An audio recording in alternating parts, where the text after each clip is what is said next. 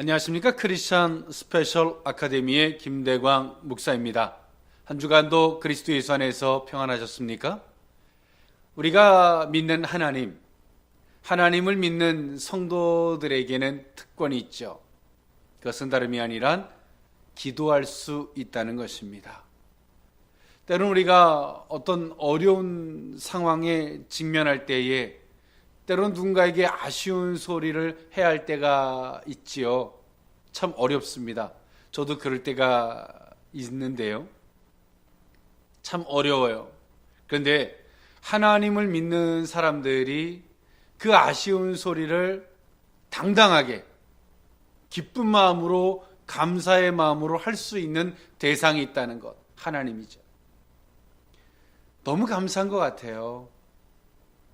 하나님 앞에 그 감사의 기도를 드리고 또 하나님 앞에 간절히 요청도 드리고, 그러나 내가 그렇게 함에 있어서 주저하지 않고 할 수 있는 대상, 내가 믿는 아버지, 그것이 은혜지요. 오늘 성도들에게 이 기도의 특권, 그 은혜를 모른다면 이 신앙생활이라고 하는 건 너무나 잔인하고 힘든 일일 줄 모릅니다.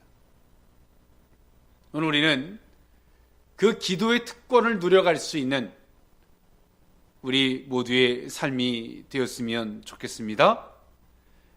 오늘도요, 지난주에 이어서 사도행전 강해를 하고자 하는데요. 오늘은 사도행전 1장 12절에서부터 14절에 있는 말씀을 통해서 성령 강림을 기다리는 제자들의 합심 기도를 가지고 그 은혜를 나누어 보고자 합니다. 사도행전의 전체적인 중심축이 되는 사도행전 1장 8절의 말씀이 있죠. 예수님의 지상 명령입니다. 그런데요, 예수님의 지상 명령에 앞서 나왔던 성경 구절이 있죠. 사도행전 1장 8절 앞소절의 말씀이죠. 오직 성령이 너에게 임하시면입니다. 성령이 우리에게 임하고 나야지만이 우리가 권능을 받고 예루살렘과 온 유대와 사마리아와 땅끝까지 이르러 복음을 전파할 수 있는 사람이 될 수 있다는 겁니다.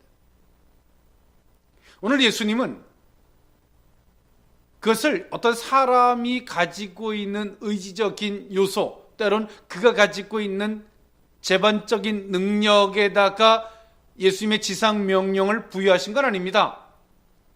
오늘 예수님은 그것을 분명히 하고 있어요. 오직 성령이 너희에게 임하시면 너희는 그렇게 하라는 거예요. 오늘 우리가 하는 모든 사명이나 또 하나님께서 우리에게 맡겨준 모든 사역의 그 필드의 현장에서 오늘 우리는 그 성령을 힘입지 않으면 어떤 문제들을 낳게 되냐면 인간적인 방법이 동원되어지고 인간적인 논리를 그 가운데서 적용시켜서 나오는 문제들, 또 하나님과의 어떤 관계 이탈도 있을 것이고요. 많은 성도들 간의 어떤 이 불협화음도 존재하겠죠. 그래서 오늘 이 사도행전의 저자 이 누가는 기도에 대해서 굉장히 중요하게 이야기해 주고 있습니다. 오늘 그 누가는 성령의 역사를 중요하게 이야기하지만 그 성령의 그 역사를 힘입게 하려고 하는 것에 대한 그 앞서 전제된 것은 기도라고 이야기해 주고 있다는 사실이죠. 오늘 우리는 기도할 수 있어야 합니다. 하나님은 그 기도하는 자들에게 하나님께서 약속하신 성령을 부어주시고요, 그 성령의 충만함을 입은 그들이 인간적인 방법이나 인간적인 논리가 아니라 그 성령의 충만함을 덧입어서 하나님을 증명해내고 또 하나님을 드러내는 그 놀라운 역사의 주역들이 될 수 있음을 오늘 이 사도행전에서 우리에게 보여주고 있다는 사실이죠. 성경으로 돌아가게 할 수 있는 원동력도 성령이 함께 하셔야지만이 가능한 것인 줄 믿습니다. 개혁을 외치지만 인간의 방법의 개혁은 어느 누군가에게 상처가 되고 아픔이 될 수밖에 없다는 것입니다. 그런데요, 이 사도행전을 보니까 기도하고요, 성령의 임재 속에서 가는 이 놀라운 초대교회의 역사는 상처와 반목이 없는 연합을 통해서 화평을 이루어가는 역사였다는 사실이죠. 오늘 이 사도들, 예수님의 이 제자들이 그 예수님의 부활하시기 이전까지 그들의 모습은 경쟁의 대상이었습니다. 그러나 예수님이 부활하시고 난 이후에 오늘 이들의 모습은 서로 합심하고요, 서로 연합하여 기도하는, 이들이 목표가 같아졌고요, 또 이들이 목적이 같아졌어요. 그리고 같이 한 마음으로 합심하여 기도하는 사람들로서 이들은 바뀌어가고 있다는 사실이죠. 성도와 성도는 경쟁의 대상이 아닙니다. 서로 연합의 대상이고요, 서로 협력의 대상일 뿐입니다. 오늘 제자들과 같이 말입니다. 그리고 우리의 목표가 같아야 되고 우리의 목적이 같아야 합니다. 오늘 예수님의 제자들이 그와 같은 모습으로 그들은 변했다는 것이죠. 그리고 그들은 서로 합심하여 기도하기를 시작합니다. 오늘 이 사도행전 1장 12절에서부터 2장 47절은요, 예수님의 승천 이후 사도행전의 내용이 본격적으로 전개되기를 시작하는 부분이라고 할 수 있습니다. 또 그 내용은요, 오순절의 강림 사건을 중심으로 예루살렘의 초대교회가 설립되어지고 있는 것을 말하고 있다는 것이죠. 이 모든 것에 앞서서 오늘 누가는 말해주고 있어요. 그들이 합심하여 기도했다는 거예요. 오늘 이들의 출신은 다 다릅니다. 어떤 사람은 어부도 있고요, 세리도 있고요, 시골 출신도 있고요, 다양한 사람들이 있어요. 그러나 오늘 이들이 오직 성령이 임하니까 하나가 됩니다. 그리고 이들이 부활하신 예수를 목격하고 나서 이들의 목표와 또 이들의 목적이 같아지고요, 이들의 방향성의 통일을 우린 볼 수가 있어요.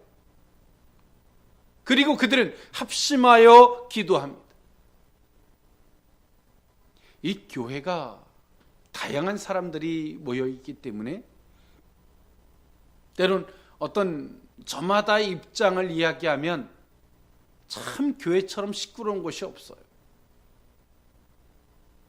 그러나 그것을 하나로 뭉치게 할 수 있는 원동력, 여러분 무엇일까요? 기도입니다. 우리가 기도할 때 성령의 함께 하심이 있을 것이고요, 또 기도하면서 내 생각들이 다 배제되어지죠.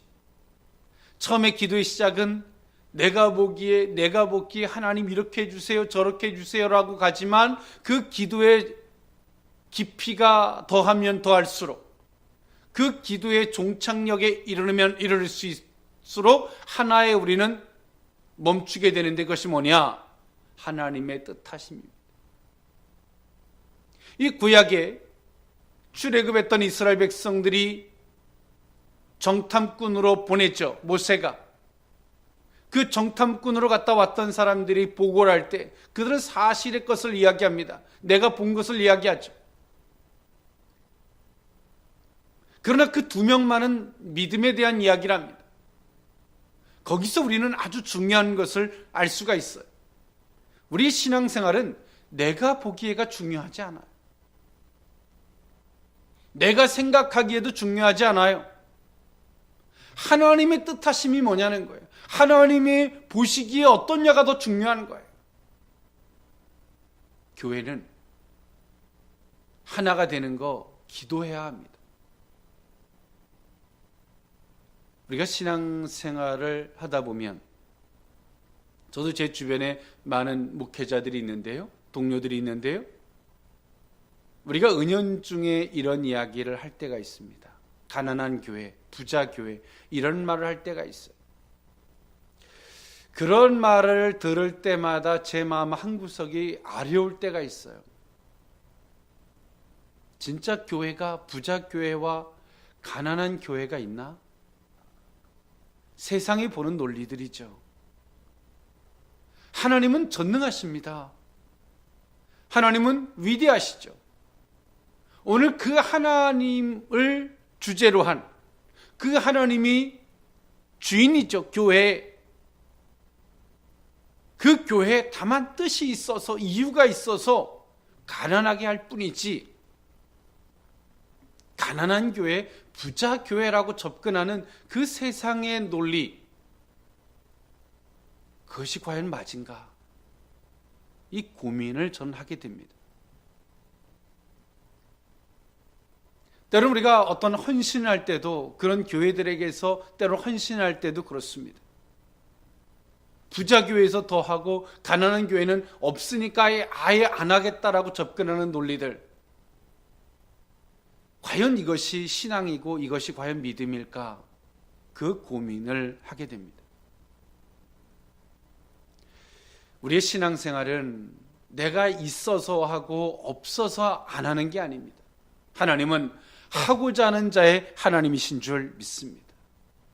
오늘 초대교회에 세계 열방의 복음이 전파될 수 있었던 원동력, 오늘 예수님의 120문도들, 오늘 이들의 모습들, 그들이 위대하고 잘나서가 아닙니다.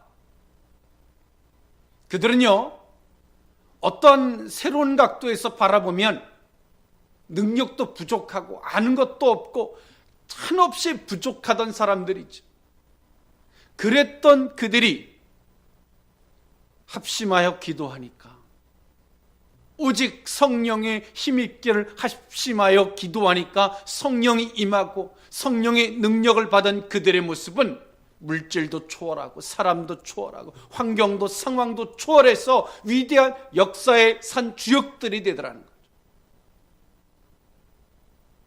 우리가 어떤 사역을 하다 보면 물질이 부족해서 뭐가 부족해서 하나님 아직은 때가 아니어서 이렇게 말하는 분들을 종종 만나요. 그러나 그렇지가 않아요.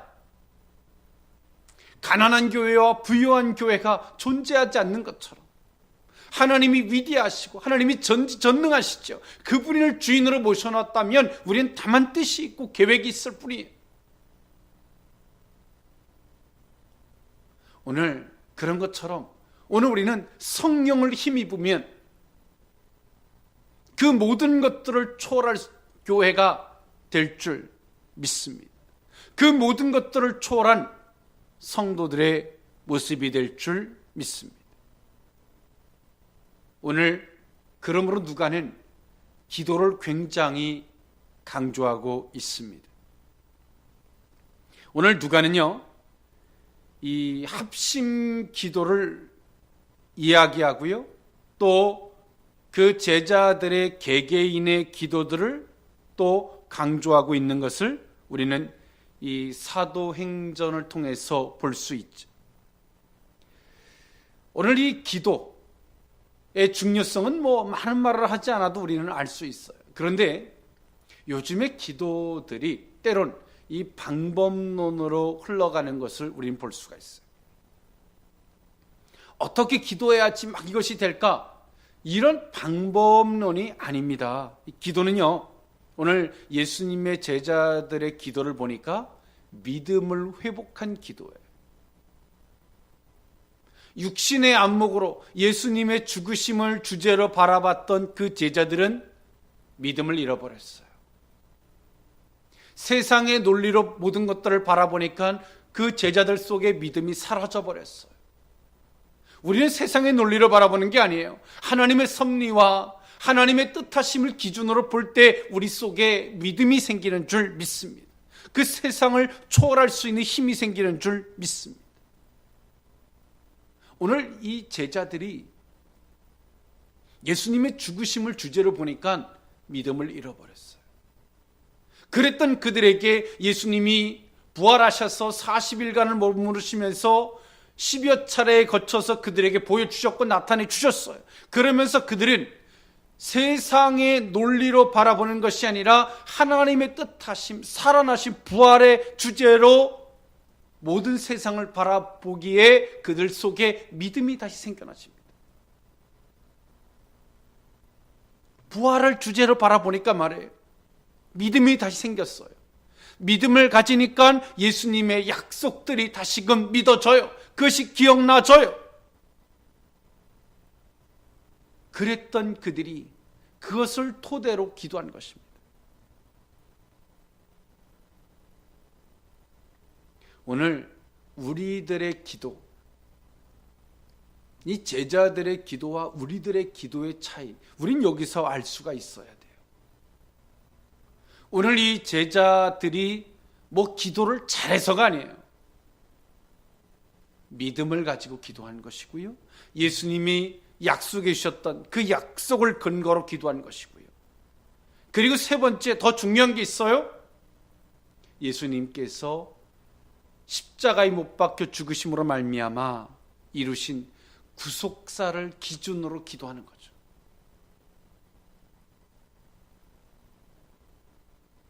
오늘 사도행전의 저자 누가가 예수님의 비하, 이 땅의 낮아지심, 육신의 옷을 입으시고 이 땅의 낮아지심을 이야기하고 승귀, 예수님께서 모든 사역을 마치시고 하나님에게 가신, 하늘 보좌로 승천하셔서 하나님 보좌 우편에 계신 것을 이야기하고 있는 것처럼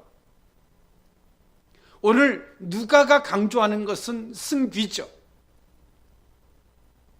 오늘 그 누가는 말하고 있어요. 성령의 충만함을 힘을 입어야 된다. 오직 성령이 너희에게 임하시면, 그것을 힘을 입으려면 너희들은 어떻게 해야 되느냐? 기도해야 한다는 것이죠. 막연한 기도가 아니라, 과연 해줄까? 막연한 기도가 아니라 믿음을 가지고, 예수님이 부활하신 그 믿음을 가지고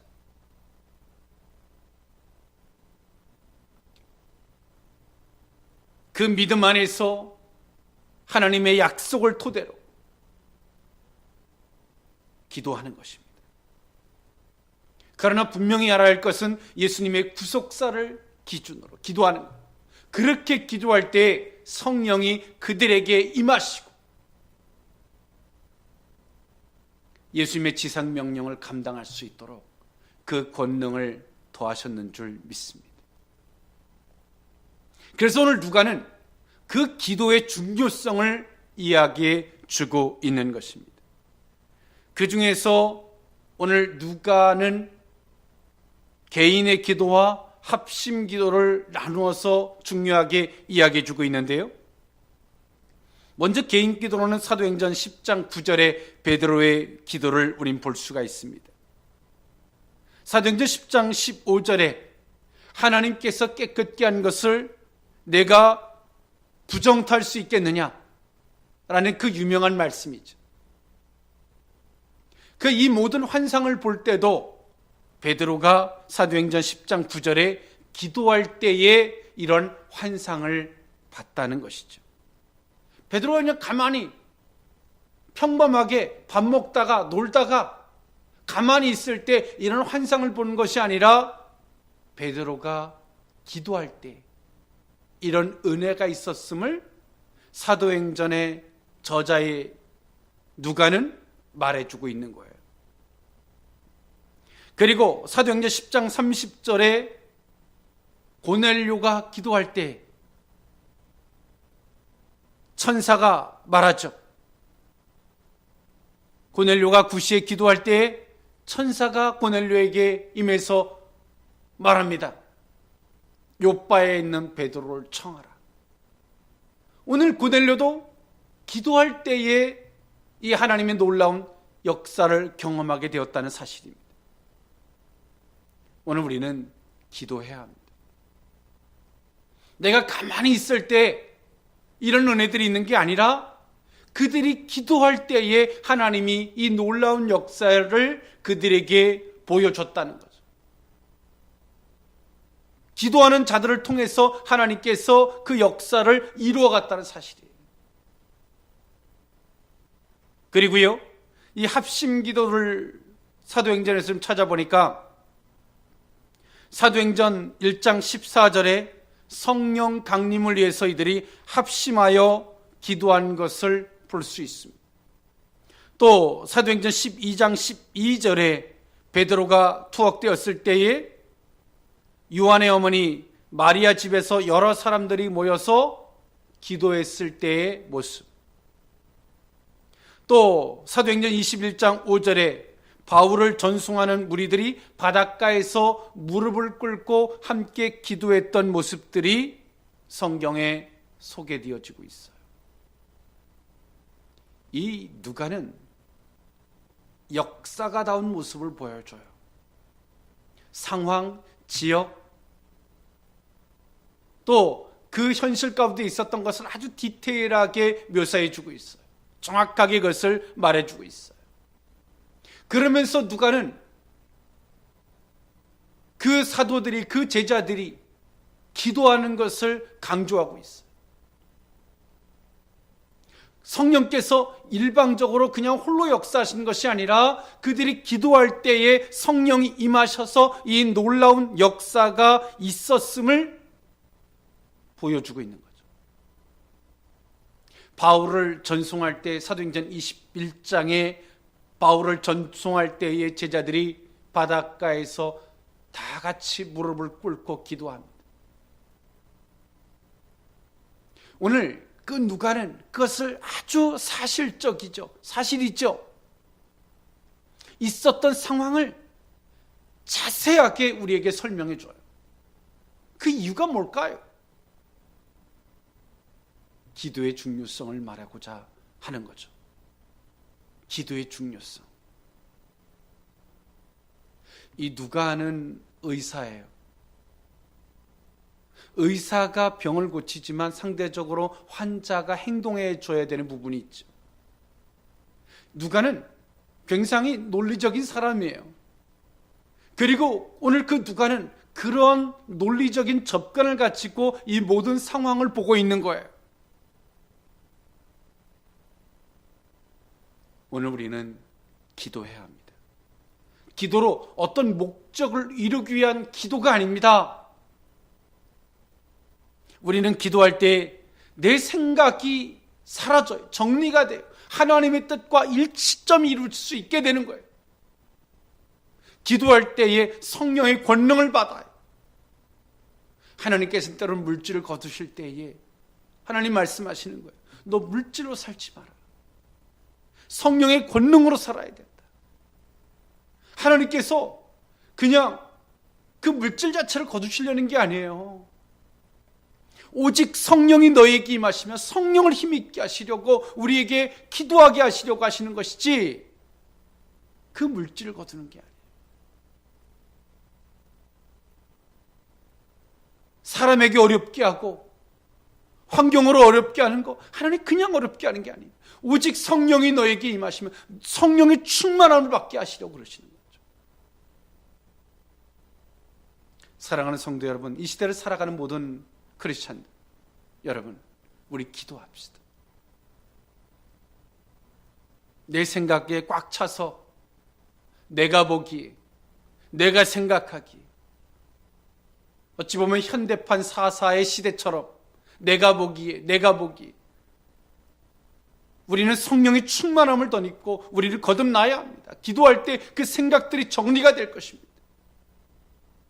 여러분, 기도합시다.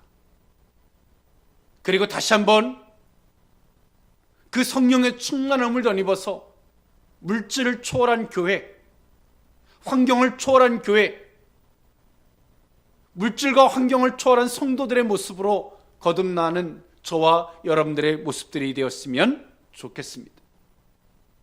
한 주간도 기도할 때에 우리의 생각들이 정리되어지고 성령의 충만함을 덧입는 복된 한 주간이 될 수 있기를 원합니다. 지금까지 크리스천 스페셜 아카데미의 김대광 목사였습니다. 감사합니다.